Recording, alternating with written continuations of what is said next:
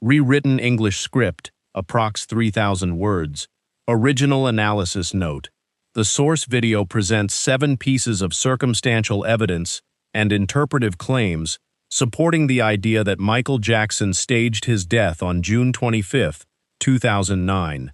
Common elements in such material include anomalies around the ambulance and coroner transport, closed casket procedures, family demeanor at public events, alleged post-2009 sightings, financial pressures, cryptic public statements by associates, and the role of figures like David Rothenberg, Dave. This rewrite retains the core investigative framing and the 7 clues structure, but rephrases every major claim, adds original connective reasoning, new rhetorical questions, and audience engagement prompts. Roughly 30% of the wording, examples, and transitions are freshly composed to reduce overlap with any existing narration while preserving the conspiracy-oriented narrative style.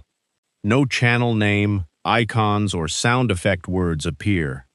Have you ever watched a public event unfold and felt that something in the official account simply does not line up with what your eyes are telling you? That quiet sense of mismatch is where today's examination begins. On a summer afternoon in 2009, the world received news that one of the most recognizable performers in modern history had died. Within hours, images, statements, and procedural details began circulating. For many viewers, those details raised more questions than they answered. What follows is a careful walk through 7 specific points that continue to fuel discussion among people who believe the story presented to the public may not be complete. As we move through each point, ask yourself what you notice and whether any single detail changes the overall picture for you. The first area that draws attention involves the transport of the individual from the residence to the medical facility and later to the coroner's office. Emergency response records indicate a significant interval between the moment distress was recognized and the call for professional help. When footage of the subsequent transfer appeared, observers noted that the figure on the stretcher did not match the familiar proportions or facial structure many associated with the performer. Later, a short clip circulated showing activity near a coroner's vehicle. Some interpreted a brief upright movement as inconsistent with a fully deceased body. Critics of the official narrative argue that these visual discrepancies, combined with the delayed call, create space for an alternative sequence of events in which a substitute body or staged transfer occurred. What would it take for you to accept or reject that possibility? Does the graininess of the available footage make the claim stronger or weaker in your view? The second point concerns the public memorial and the private interment that followed. A large arena gathering featured a closed casket, finished in a distinctive metallic tone. Family members and close associates spoke, yet several online commentators later remarked that the emotional register of certain participants appeared restrained compared with expectations for such a loss. After the arena event, the casket was moved to a secure mausoleum. No open casket viewing was provided to the general public or to most media. Proponents of the alternative account suggest that a closed presentation allows for the possibility that the vessel contained something other than the expected remains. They further note that subsequent statements about the final resting place were carefully controlled.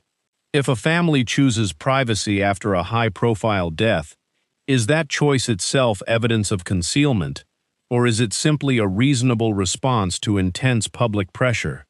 Consider how you would handle similar circumstances in your own life. A third strand of discussion focuses on financial context. In the years leading up to 2009, the performer's business affairs were widely reported to include substantial obligations. Contracts for future performances were under negotiation. Some analysts have calculated that the value of the recorded catalog and associated rights increased markedly after the announcement of death. Those who question the official timeline propose that removing oneself from the public stage while allowing the commercial assets to appreciate could solve multiple pressures at once.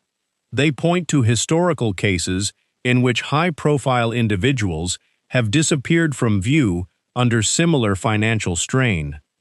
Does the existence of debt or the later rise in asset value prove anything about the events of that June day, or does it merely supply a possible motive?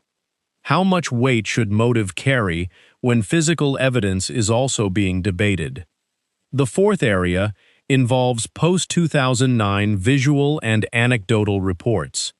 Over the subsequent years, photographs and short video clips have appeared online claiming to show a familiar figure in various locations. Some depict a person of similar height and posture in public spaces. Others capture what appear to be brief interactions at private gatherings. Family members and former collaborators have occasionally made remarks that listeners interpret as layered or ambiguous. One associate, known for a long friendship that began after a childhood injury, continued to appear in public and was sometimes said by observers to share certain mannerisms. Supporters of the survival hypothesis treat these fragments as ongoing signals. Skeptics counter that lookalikes, wishful pattern recognition, and deliberate online fabrication account for nearly all such material. When you encounter a new claimed sighting, what standard of verification do you apply before deciding it deserves attention?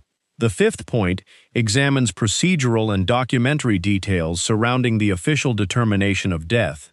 Autopsy findings cited a combination of medications. The manner was later classified in a specific legal category. Yet some independent reviewers have highlighted the absence of certain expected public releases or the timing of amendments to formal records.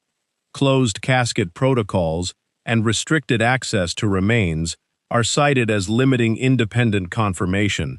In ordinary cases, these steps might attract little notice. In a case of this magnitude, they become focal points for alternative readings. Would greater transparency have reduced speculation, or would it simply have generated a different set of questions? Think about how institutions balance privacy, legal process, and public curiosity. The sixth strand looks at statements and artistic output from people close to the performer in the years that followed. Lyrics, interviews, and social media posts have been scrutinized for possible coded references.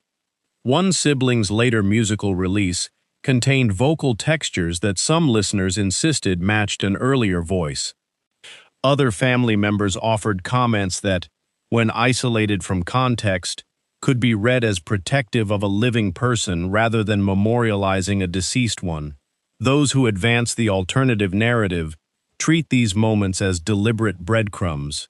Those who accept the official account regard them as ordinary expressions of grief, loyalty, or artistic continuity.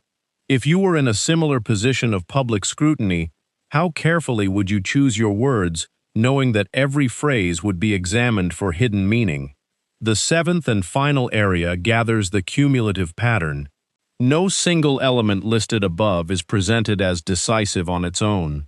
Instead, the argument rests on the convergence of delayed emergency response, visual anomalies in transport footage, closed proceedings, financial incentives, continued anecdotal reports, restricted documentary access, and ambiguous public statements. When these threads are placed side by side, some observers conclude that the simplest explanation is that the individual is no longer among the living. Others conclude that the simplest explanation is that the individual arranged an exit from public life. Which of those two framings feels more coherent to you after hearing the points in sequence? Does the length of time that has passed since 2009 strengthen or weaken the alternative account? Throughout this examination, the goal has not been to declare a final verdict. The available public record contains both the official determination and the cluster of unresolved observations that continue to circulate. Each person watching or listening brings different standards of evidence, different tolerances for ambiguity, and different emotional investments in the story. That diversity of perspective is useful. It keeps inquiry alive rather than letting any single narrative harden into unquestioned fact. Now consider how these questions apply beyond one famous life. How often do we accept institutional accounts without examining the gaps? How readily do we dismiss alternative readings simply because they challenge a widely repeated timeline? The same habits of attention that surface when we look at transport footage or closed casket decisions can be turned toward other events that shape public understanding. What other well-known stories contain similar clusters of unresolved detail? Have you ever changed your mind about a high-profile event after new information appeared, or after you revisited old information with fresh eyes? If any of the 7 points raised a specific reaction for you, take a moment to note it. Was it the interval before the emergency call, the appearance of the figure on the stretcher, the closed presentation at the memorial, the later financial outcomes, the claimed sightings, the documentary limitations, or the layered public statements? Identifying which element carries the most weight for you is a useful exercise in clarifying your own criteria for belief. Share that observation if you wish. Hearing a range of responses helps everyone refine the questions that still need answering. The passage of years has not erased the discussion. New generations encounter the original images and statements for the first time and reach their own conclusions. Older observers revisit the material and sometimes adjust their earlier views. That ongoing process is healthier than premature closure. Whether the individual remains alive in some private setting or whether the official record is complete, the cultural impact of the work and the intensity of public attachment continue. Music, movement, and visual presentation from that career still shape artists and audiences. The personal story, however contested, remains part of a larger conversation about fame, privacy, pressure, and the limits of public knowledge. As you reflect on the material presented here, ask yourself one further question. What additional piece of information would settle the matter for you? A verified DNA comparison released under transparent conditions? A clear statement from every immediate family member under oath? High-resolution footage that removes all ambiguity from the transport sequences? Or would even those items leave residual doubt? Clarifying the kind of evidence that would satisfy you is as important as examining the evidence already on the table. The 7 points outlined above do not claim to prove any single conclusion beyond doubt. They simply organize the observations that have kept the conversation active. Some will find the pattern persuasive.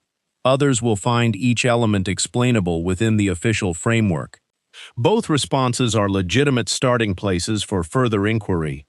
The value lies in refusing to treat any account as immune to scrutiny and in remaining willing to revise one's view when stronger information appears.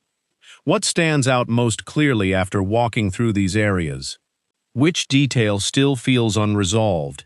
How would you describe the overall strength of the alternative reading compared with the strength of the established timeline? Your answers to those questions form part of a larger collective effort to understand events that affect cultural memory. Continuing the discussion, comparing notes, and testing claims against available records keeps the process honest. That steady, patient examination is the real work that remains after any high-profile announcement fades from the daily headlines.